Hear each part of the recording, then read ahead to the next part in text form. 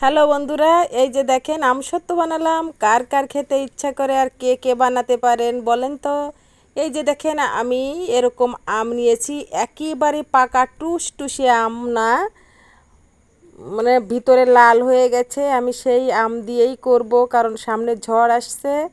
আমি ঝড়ের আগে আমসত্ত্বটা দিয়ে উঠবো, তাই আমি আমটা কেটে নিলাম, সুন্দর করে ধুয়ে কেটে এই যে ব্লেন্ড করে নিলাম, সুন্দর করে ব্লেন্ড করে নিলাম। এই যে দেখেন এরকম করে করতে হবে, একটুও জল দেওয়া যাবে না। তারপর আমি যে চুলোয় চলে গেলাম, চুলোয় গিয়ে আমি সুন্দর করে রস টানিয়ে নেব। এমনভাবে টানাতে হবে রসটা, যাতে একেবারে শক্তও না হয়, নরমও না থাকে। এই রসটা টানানোর একটাই কারণ, যে মাছি পড়বে না।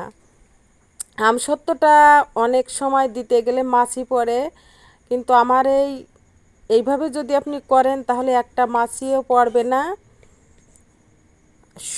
আর মাছি পড়া মানে জীবাণু, যাতে জীবাণু মুক্ত করে এই আমসত্ত্বটা তৈরি করা যায়, আমি সেইভাবেই করছি। আপনারা কে কীভাবে করেন জানি না, তবে আমার মতো একবার করে দেখবেন। আর আমার এই আমসত্ত্বটা দেখে কার কার ভালো লাগলো অবশ্যই কমেন্ট করে বলবেন। আর এটা ভীষণ স্বাস্থ্যসম্মত এবং খেতেও দারুণ মজা। এই যে আমি রোদে শুকিয়ে নিলাম, আমি 4-5 দিন ধরে রোদ্দুর দিয়েছি। আর এই যে দেখেন আজকে আমার আমসত্ত্বটা শুকানো হয়ে গেছে। আমি পরিষ্কার একটা কাপড়ের উপর দিয়েছিলাম, এই যে হয়ে গেছে। আমি কাপড় থেকে তুলে নিচ্ছি, অবশ্য এটা ওড়না।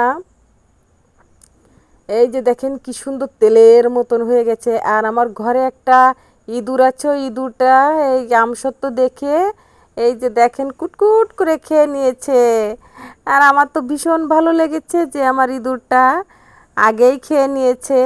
আসলে ছেলে মেয়ে যখন মজা পায় একটা খাবার খেয়ে, মা তৈরি করে, তখন মারও খুব ভালো লাগে। আমার ইঁদুরটা তো আগে খেয়েছে, এই জন্য আমার বেশি খুশি। আর আমি এই আমসত্ত্বটা তৈরি করার পর আমার আরও বেশি ভালো লাগছে। অবশ্য আমার ইঁদুরটার জন্যই আমার তৈরি করা। আর এই যে দেখেন হয়ে গেছে, আমি কাঁচি দিয়ে এরকম করে কেটে নিচ্ছি। আপনারা যে কোনো ডিজাইন দিয়েও কাটতে পারেন। এই যে এরকম করে কেটে আমি এই যে একটা কৌটায় রেখে দিলাম। এটা 6 মাস 1 বছর পর্যন্ত ভালো থাকবে, ফ্রিজেও রাখা লাগবে না, নর্মাল যে কোনো জায়গায় রেখে দিলেই হবে, মাঝে মাঝে একটু রোদ্দুর দিলেই হবে।